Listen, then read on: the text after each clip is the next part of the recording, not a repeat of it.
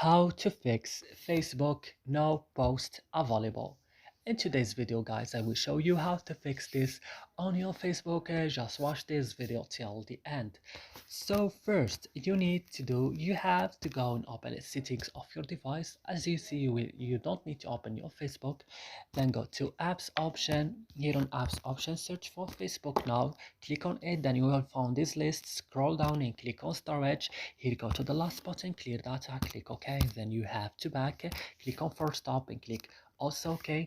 Now to go to permissions option and go to files and media, and you have to allow access to media only, and after this your problem will be solved. So I hope this video is helpful for you. Don't forget to like, subscribe in our channel, and see you in another video.